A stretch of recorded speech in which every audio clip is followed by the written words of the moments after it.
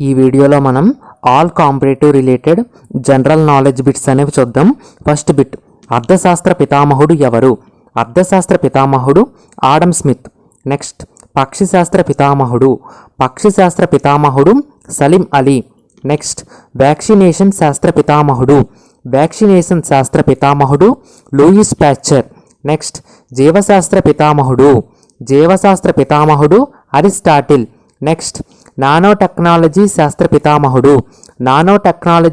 పితామహుడు Richard స్మల్లే. Next, జన్యుశాస్త్ర పితామహుడు గ్రెగర్ మెండల్.